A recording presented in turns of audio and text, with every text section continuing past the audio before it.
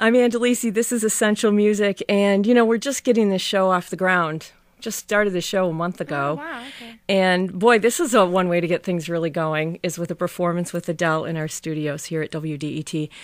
Been a fan and glad to be on the radio now so I can play your music on the radio. Thank you very much. So Adele's in our studio with Ben Thomas. Yes. Yes, and we don't want to leave him out. And before we get to chatting about you and your music, why don't we hear a song? Yeah, cool. We'll start with Right as Rain.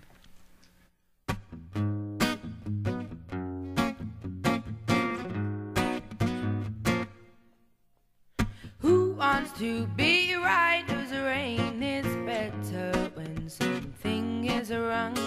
You get excitement in your bones and everything you lose again. When night comes and you're on your own, you can say I chose to be alone. Who wants to be right as rain? It's harder when you're untied. 'Cause when hard work don't pay off and I'm tired, there ain't no room in my bed as far as I'm concerned. So wipe that dirty smile off me. Oh, been making up, I've cried my heart out, and now I've had enough of love. Oh no, no, who wants to be riding high when you just crumble back on down? You give up everything you are, and even then you don't get a fire. They make believe that everything is exactly what it seems, but at least when you're at your worst, you know how to feel things. See, when hard work don't pay off and I'm tired, there ain't no room in my bed as far as I'm concerned. So wipe that dirty smile off me. Oh, been making up, I've cried my heart out, and now I've had enough. Oh, go ahead and still my heart to make me cry again. 'Cause it will never hurt as much as it did then when we were both right and no one had blame. And now I give up on this endless game. Who wants to be right as rain? It's better when something is wrong. I get excitement in my bones even though everything's astray. When night comes and I'm on my own, you should know I chose to be alone. Who wants to be right as rain? It's harder when you're untied. 'Cause when hard work don't pay off and I'm tired, there ain't no room in my bed as far as I'm concerned. So wipe that dirty smile off me. Oh, been making up, I've cried my heart out, and now I've had enough. Oh, no room in my bed as far as I'm concerned. So wipe that dirty smile off me. Oh, been making up, I've cried my heart out, and now I've had enough of love. Yeah, love. Oh, oh, this love. Oh, oh, just go.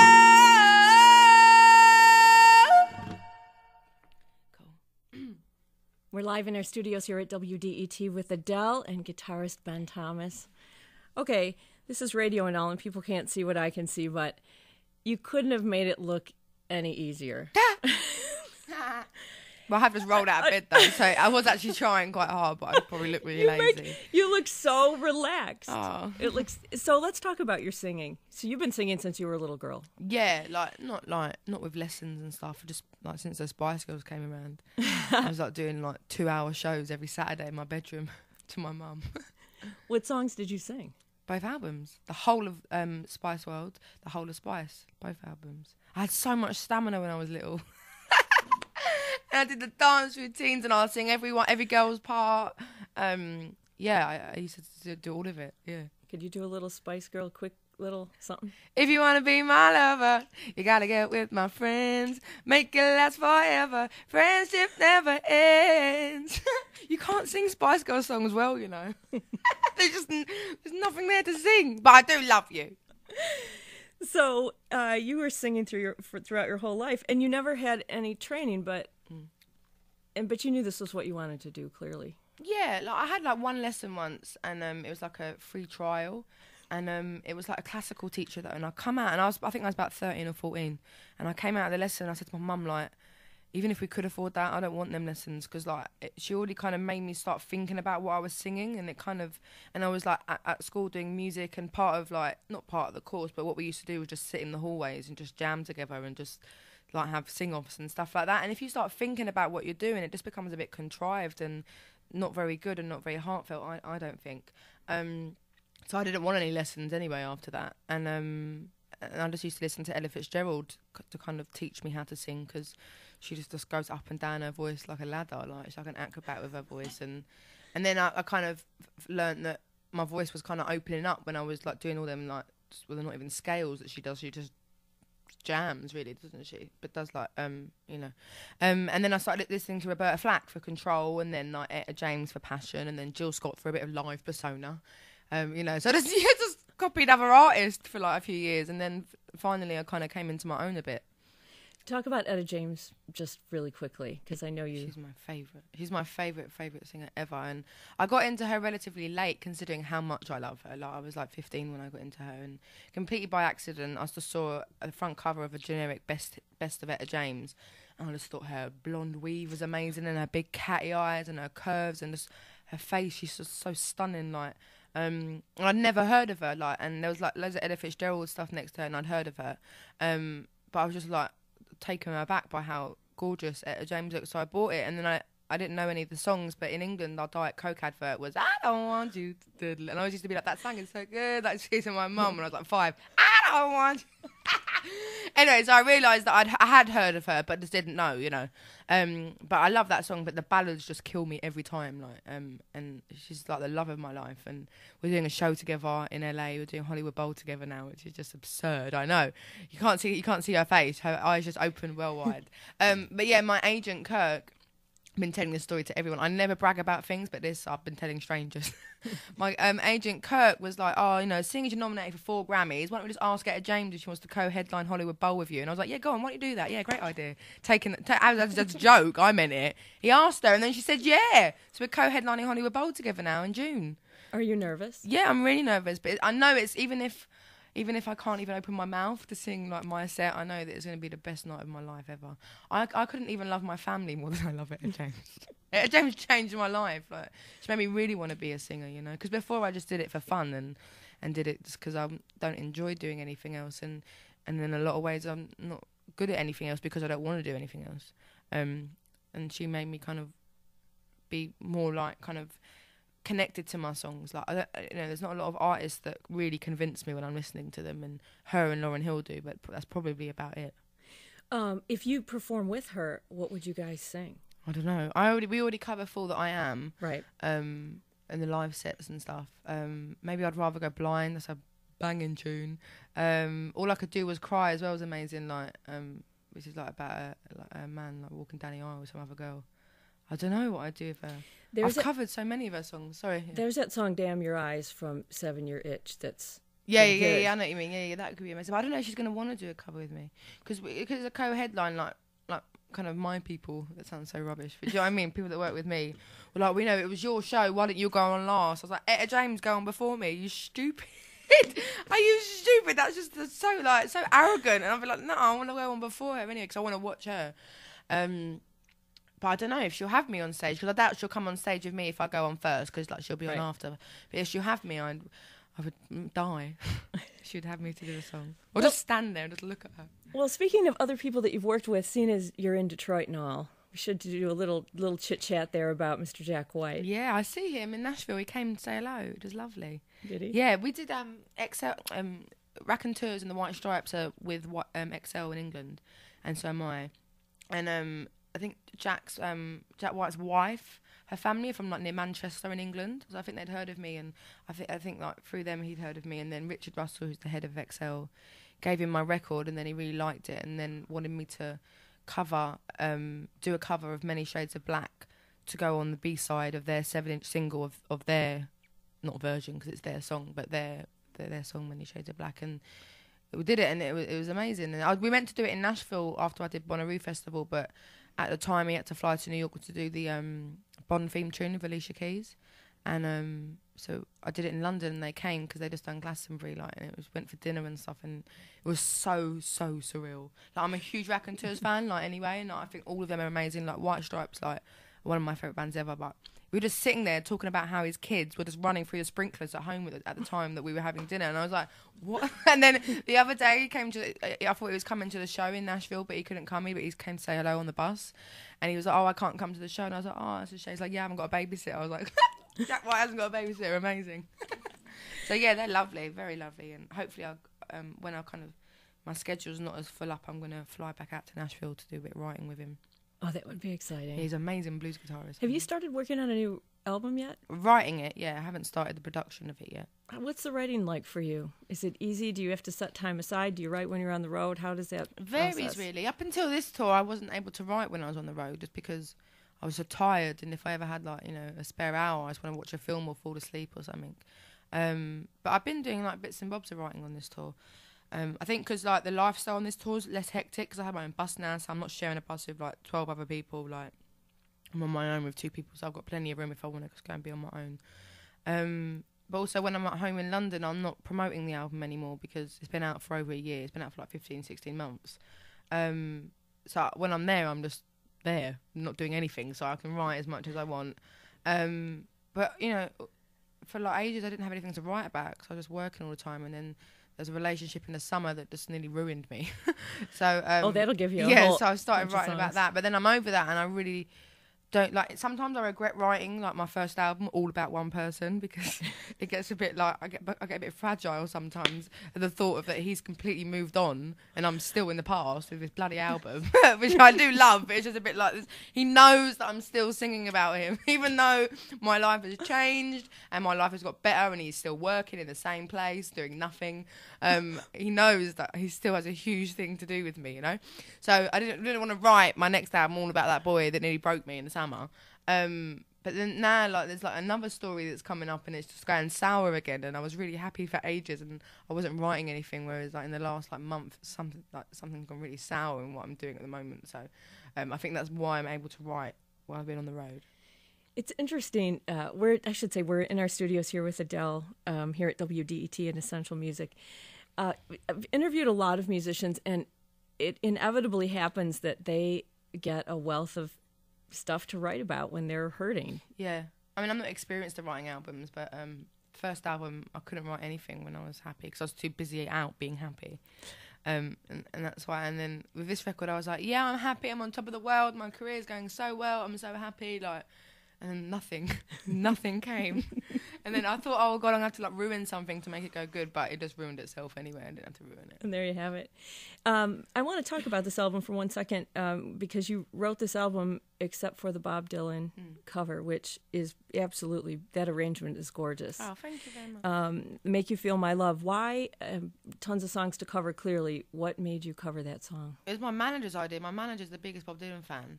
And like, me and my manager pretty much A&R'd my record. Like, the record company were great, but they weren't as hands-on as they should have been.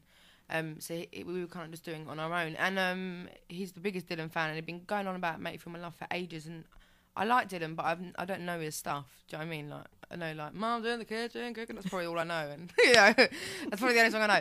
And so he's like, have you heard it? And I was like, no, I haven't heard it. I don't really want to cover a song for my album. It kind of implies I'm incapable of writing enough of my own songs. And I was really stubborn with the first album. I was like, I can write my own songs. I want to do it. Which they gave me complete freedom with. And then we were in New York one time, and it was like pouring with rain, and it was just a bit too messy to go out. And I went to his room to go over some emails, and he played me the song, and I just finished writing what I thought would be the last song that would go on the album, and like recording it and stuff. And we're just out there. I think I was there talking to Columbia before I signed to them or something. And then it just summed up everything that I've been trying to write about about my relationship really. And before I heard that song, that album was just kind of a bit of a splodge, and then when we recorded it, it just kind of became a full circle and just was kind of like the synopsis of the whole album, that song. Do you know what I mean? And I just think it's a stunning song, and I think the lyrics are beautiful, and I think there's just something in that song that every single person worldwide can relate to. So and I always love songs like that, you know. So that's why, and it's my favourite song on my album, and it's not even mine. But I'm gonna do another cover on the next album, I think. Well, I was gonna do "Never Tear Us Apart" by INXS, but now I'm doing that with INXS for their album. So that won't be going on my album anymore. But there's a lot, I've been getting into a lot of country. My driver's from Alabama and lives in Nashville, and he's been playing on them country radio stations, and I'm obsessed now. And like Alison Krauss is the new love of my life. Like I'm gonna come out with some like Faith Hill album or something. Pop country. You could record a duet with Alison Krauss. I would love to do that. That would be amazing. We met a few times. I'm not like showing off or anything, because like I'm like my kind of heart is fluttering as I say this, but we were both nominated. The Robert Plant and Alison Krauss album "Raising Sand" was nominated for a Mercury Music Award in England, and so was mine. And like everyone performed and stuff, and I was like, I don't know why, I was talking to like someone on the other side. It's a small room. It's not like some big MTV awards or nothing. It's like a little kind of like a conference room, but a bit glamorous. And I was standing at one end, and then Alison Krauss with her big hair came running over, and her security were chasing her. Well, not chasing her, but trying to look after her. So I was like, oh God, like, get out of the way. So I was trying to get out of the way, and she just started following me, and she came running up to me. It was like, I saw you on David Letterman, which was well over 9-10 months before, and she remembered. So I saw you on David Letterman, which was my first television. I thought you were amazing. I've been telling everyone about you. And then Robert Plant comes over here, and he's like a national treasure, obviously. I'm a bigger Alison Krauss fan though, just because I don't know why, but Led Zeppelin blew my mind. And he was like, you can really hit them high notes. I was like, oh yeah, I can hit them high notes, Robert, can't I? Yeah, you're a singer from Led Zeppelin, I can hit them high notes. And then they remembered me at the Grammys, and she was like, oh, I'm so proud of you, and came into the dressing room, and we were swapping hair tips, because like, I don't know, she was just amazing. And like, even though when she doesn't give me advice, because we're not friends, obviously, we're not like buddies, we don't go and hang out and have dinner, but like, she's really kind of like mentoring me through all of this. Like, I just think she's amazing, and her career is incredible, and she's never sold out, and she's not like, she doesn't become like a Britney Spears, like, not obviously not, she wouldn't become Britney Spears, but like tabloidy stuff, like, despite her fact, she's got like 28 Grammys or something, like, it's absurd. She is a wicked fiddle player, which yeah, people I know, I've seen it. They don't give her enough credit for that, yeah. but on all of her earlier albums, it is off the charts. And now, because she mostly sings, that people kind of forget that she's this incredible fiddle player. And I read this interesting article with her one time, and I couldn't believe that one of her favorite albums was AC/DC Back in Black. Yeah, amazing. She said that is one of her favorite albums. Let's talk about the Grammys for 1 second. You looked absolutely shocked when they called your name. So shocked. I thought that Duffy or the Jonas Brothers were going to win. I didn't, like, when I got nominated for the Grammys, like, no, I mean, I still feel like not that many people know me. Like, no one knew me until Saturday Night Live. And do you know what I mean? And I was like, I did a tour, and I was fine with it. Like, I think a lot of people kind of wrote me off as in like, oh, well, you know, she was a success in England, but maybe the second or third album will do well in America. It's not going to happen on this one. But I was just chuffed that, like, I got to release my first album here, because you don't really get to do that all the time. Right. So I was just chuffed at the fact that I had a big major behind me, and I knew that even if I hadn't sold many records, I knew that Columbia would take me on again for another album. And to get nominated, like, it's by your peers, like, do you know what I mean? You get voted for by your peers, which is like really, really nice feeling. So to be nominated for 4 was just like craziness. I couldn't believe it, and I locked myself in my bathroom and cried. It was like 4 a.m. English time when it got announced. My mum was running around to the neighbours and waking up going, Adele got nominated for 4 Grammys! America! And then when we flew out, like, I felt like I'd won a Grammy by being nominated. Like, do you know what I mean? Like, and it just blew my. And then they said and I found out they won the first one. I was in the car and I was shouting out the window, swearing at like valet parking people. I was going, I won a Grammy! Oh my God, can you believe it? Can you believe it? And then I go off at the red carpet and I saw Duffy, and Duffy just won one. We were so excited, and like everyone was just like, it was like Snoop Dogg and like Paula Abdul, and it was just me and Duffy, and like we were just like Britain, we're both Welsh, like Wales, getting well excited. And then I just didn't think that I would win it, because I cancelled a lot of stuff here last year, and I just thought that people wouldn't would kind of give up on me because I had that bad spell in the summer. And even though it wasn't like artists that I was letting down and I was letting down my fans, like they still didn't have to vote for me. Do you know what I mean? A lot of people do a lot more work than me, and they have more that they have to leave behind and stuff in terms of family life. But when Kanye and Estelle, I didn't know they were giving the award out for Best New Artist, but Estelle has badmouthed me and Duffy in the past in England. So when I saw her, I was like, okay, me or Duffy are going to win because it would just be so funny if one of us win. And then Kanye was like supporting me from really early on, like before like I even signed to Columbia. I think it was like a week after Perez first posted a thing about me. Kanye was like, oh, like, look, check out this video, it's dope and stuff like that. So I thought, oh, that'd be really nice. And then they called my name and I thought that they said Duffy's, and I was just kind of sitting there like, oh, and then my manager was like, get up. And then I started crying, like, or, you know, when you kind of get that like sour thing in your teeth and your eyes start stinging. And I was like, oh my God, don't cry. Don't do a Kate Winslet at the Golden Globes. Because we were in America when she won her Golden Globe, and me and my mate were like, oh my God, how embarrassing.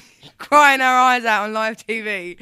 So then I had to buzz a joke. And I don't actually remember that much about the whole evening, like, I don't drink. It wasn't like I was drinking and like kind of got so drunk I don't remember. But it's such a surreal blur that I don't remember any of it. I just remember seeing Snoop Dogg and getting backstage and no one directing me, and I'm just walking around with a bloody Grammy like, oh my God, get away from me, it's burning me.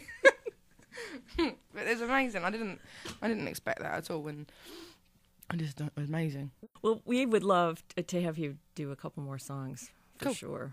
We're live in our studios here at WDET with Adele and her wonderful guitarist, Ben Thomas. The CD is called 19, and it really is fabulous. You deserved every Grammy you got, and the two that you didn't get, you should have got those too. We're going to do a Sam Cooke cover, if that's all right. 'Cause I'm a big fan of Sam Cooke. Right, that's it. I'm moving on.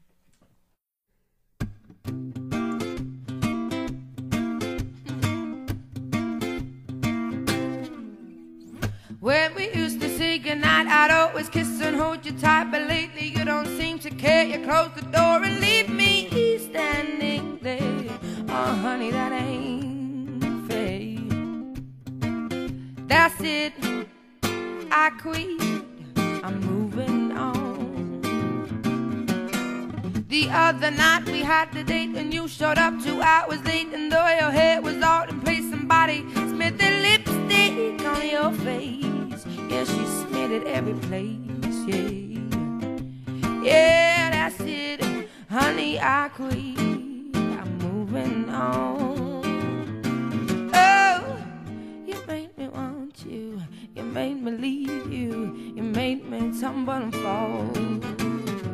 If I can't have you the way I want you, I don't want you at all. Baby, I can take a lot 'cause I love everything you've got. Though your kisses fill me so, if you've got someone else, I gotta go. Oh, that you know. Yeah, that's it, honey, I quit, I'm moving on. Oh, you made me want you, you made me leave you, you made me tumble and fall. If I can't have you the way I want you, I don't want you at all. Baby, I can take a lot 'cause I love everything you've got. Though your kisses fill me so, if you've got someone else, I gotta go. And that you know. Yeah, that's it, honey, I quit, I'm moving on. So that's it, baby, I quit, though I'm moving on now. We're live in our studios here at WDET with Adele and her guitarist, Ben Thomas. Boy, that's pretty wonderful. Would you do an album of covers? Yeah, I'd love to do like a country album of country covers. I think that'd be quite fun. I'm really into country at the moment. We have to find the perfect Johnny Cash song for you. Oh, yeah, maybe do, what's that one where he's named after a girl? Sue. Yeah. Do that song, Sue. My dad called me Sue, that'd be amazing. All right, here's a couple questions. What kind of gum do you chew? Juicy fruit. And do you ever watch Inside the Actors Studio? Is that the interviews? Yeah. I've seen it a couple of times. I think that's one of Robin Okay, Williams. here, I'm going to ask you some of the questions he asks at the end. What's your favorite word? A swear word that I can't say. But that's another question. See you next Tuesday. That's the word, my favourite word. What's your least favorite word? Honey. honey, what makes you happy, turns you on, you get excited when you see or do or whatever? Boys. What turns you off? Arrogant boys. Well, we already know what your favorite swear word is. When you get to heaven, when you show up at the pearly gates, what would you like God to say to you when you get there? Oh gosh. Besides that he bought your CD. Didn't waste your time. I didn't waste my time here. It's my worst fear is just like getting old and being like, I wish I did that. Well, you're not wasting your time as far as we can tell. We're in our studios here at WDET with Essential Music, and Adele and Ben Thomas are here. It's so great to have them here. We have time for one more song. People are waving at me that your time is limited. It's like a chatterbox. I know, sorry. Hey, it was great. Cool. Absolutely wonderful. So what's your last song for Chasing us? Pavements. Wonderful. We're here in our studios live with Adele here on WDET. Thank you for having us. Thank you.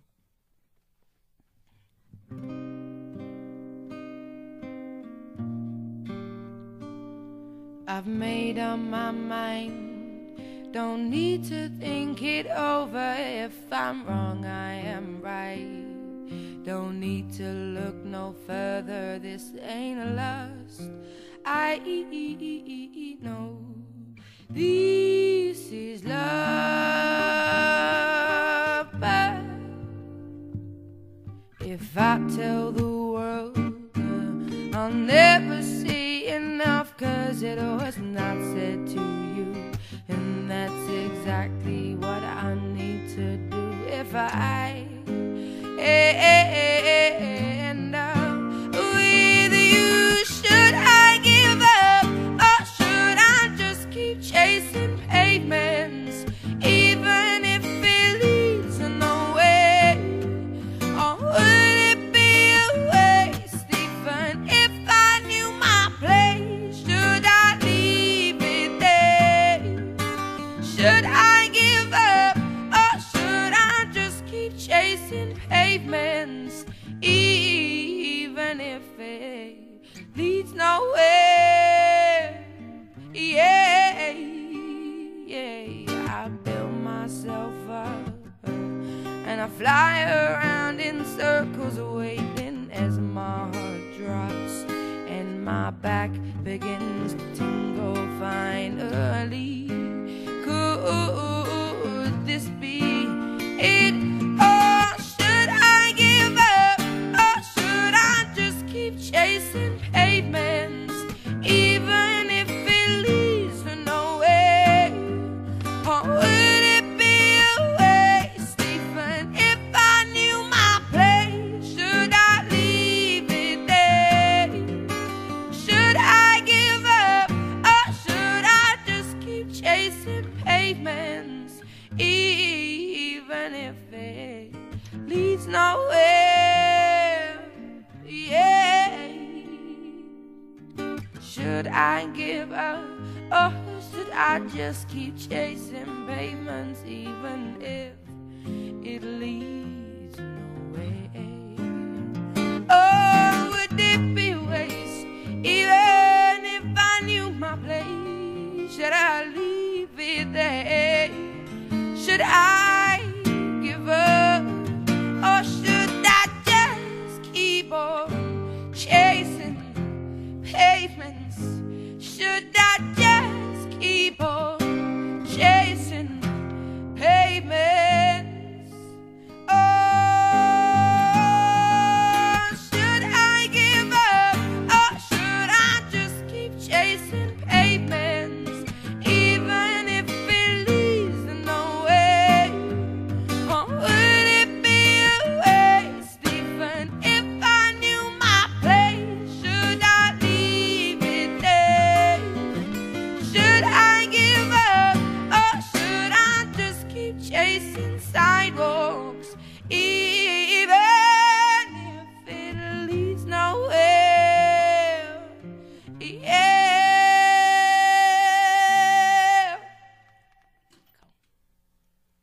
We're live in our studios here at WDET. You're listening to Essential Music, and that beautiful voice belongs to Adele. Her CD is called 19. She's here with her wonderful guitarist, Ben Thomas. My thanks to you both for being here today. You are delightful. Congratulations on all your success. Thank you very, very much. And you have fun with that Etta James. I will try. Thank you.